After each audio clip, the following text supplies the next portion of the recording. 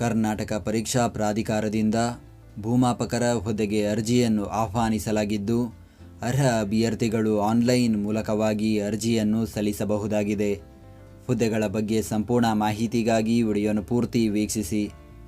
ಭೂಮಾಪನ, ಕಂದಾಯ ವ್ಯವಸ್ಥೆ ಮತ್ತು ಭೂ ದಾಖಲೆಗಳ ಇಲಾಖೆ ನೇಮಕಾತಿ. ವಯೋಮಿತಿ: ಅರ್ಜಿ ಸಲ್ಲಿಸಲು ನಿಗದಿಪಡಿಸಿದ ಕೊನೆಯ ದಿನಾಂಕಕ್ಕೆ ಅಭ್ಯರ್ಥಿಗಳು ಕನಿಷ್ಠ 18 ವರ್ಷ ಪೂರೈಸಿರಬೇಕು ಹಾಗೂ ಸಾಮಾನ್ಯ ಅರ್ಹತೆಯ ಅಭ್ಯರ್ಥಿಗಳಿಗೆ ಗರಿಷ್ಠ 40 ವರ್ಷ, 2A 2B 3A 3B ವರ್ಗದ ಅಭ್ಯರ್ಥಿಗಳಿಗೆ ಗರಿಷ್ಠ 43 ವರ್ಷ, ಪರಿಶಿಷ್ಟ ಜಾತಿ ಪರಿಶಿಷ್ಟ ಪಂಗಡ ಪ್ರವರ್ಗ 1ರ ಅಭ್ಯರ್ಥಿಗಳಿಗೆ ಗರಿಷ್ಠ 45 ವರ್ಷ ವಯೋಮಿತಿ ನಿಗದಿಪಡಿಸಲಾಗಿದೆ. ವೇತನ: ಹುದ್ದೆಗಳಿಗೆ ಆಯ್ಕೆಯಾದ ಅಭ್ಯರ್ಥಿಗಳಿಗೆ ಮಾಸಿಕ ₹37,500 ರಿಂದ ₹76,100 ಶ್ರೇಣಿಯಲ್ಲಿ ವೇತನ ನೀಡಲಾಗುತ್ತದೆ. ಆಯ್ಕೆ ವಿಧಾನ: ಆಫ್ಲೈನ್ OMR ಮಾದರಿಯಲ್ಲಿ ಸ್ಪರ್ಧಾತ್ಮಕ ಪರೀಕ್ಷೆ ನಡೆಸಿ ಹುದ್ದೆಗಳಿಗೆ ಆಯ್ಕೆ ಮಾಡಲಾಗುವುದು.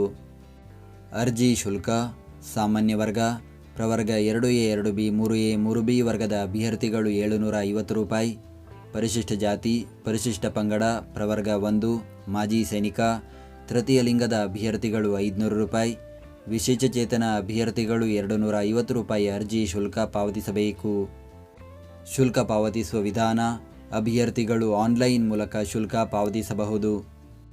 ಅರ್ಜಿ ಸಲ್ಲಿಸುವ ವಿಧಾನ: ಅರ್ಜಿ ಸಲ್ಲಿಸಲು ಬಯಸುವ ಅಭ್ಯರ್ಥಿಗಳು ಕರ್ನಾಟಕ ಪರೀಕ್ಷಾ ಪ್ರಾಧಿಕಾರದ ಅಧಿಕೃತ ವೆಬ್ಸೈಟ್ ವಿಳಾಸಕ್ಕೆ ಭೇಟಿ ನೀಡಿ ಆನ್ಲೈನ್ ಮುಖಾಂತರ ಅರ್ಜಿಯನ್ನು ಸಲ್ಲಿಸಬೇಕು. ಅರ್ಜಿ ಸಲ್ಲಿಕೆ ಲಿಂಕನ್ನು ಈ ವಿಡಿಯೋದ ಡಿಸ್ಕ್ರಿಪ್ಷನ್ನಲ್ಲಿ ನೀಡಲಾಗಿದೆ.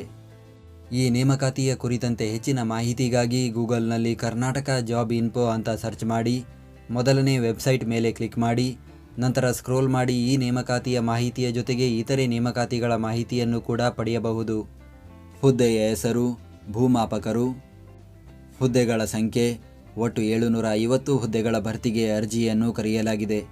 ಅದರಲ್ಲಿ ಉಳಿಕೆ ಮೂಲ ವೃಂದದಲ್ಲಿ 560 ಹುದ್ದೆ, ಕಲ್ಯಾಣ ಕರ್ನಾಟಕ ವೃಂದದಲ್ಲಿ 190 ಹುದ್ದೆ ಖಾಲಿ ಇದೆ. ಉದ್ಯೋಗ ಸ್ಥಳ: ಕರ್ನಾಟಕ.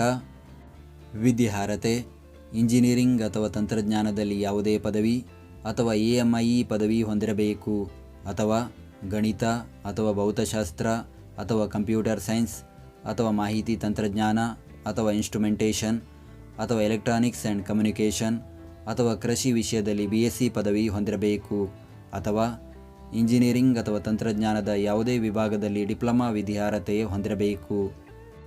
ಅರ್ಜಿ ಸಲ್ಲಿಸುವ ದಿನಾಂಕ: ಅರ್ಜಿಯನ್ನು ಸಲ್ಲಿಸಲು ಪ್ರಾರಂಭದ ದಿನಾಂಕ 11 ಜುಲೈ 2026. ಅರ್ಜಿಯನ್ನು ಸಲ್ಲಿಸಲು ಕೊನೆಯ ದಿನಾಂಕ 7 ಆಗಸ್ಟ್ 2026 ಹಾಗೂ ಶುಲ್ಕ ಪಾವತಿಸಲು ಕೊನೆಯ ದಿನಾಂಕ 10 ಆಗಸ್ಟ್ 2026.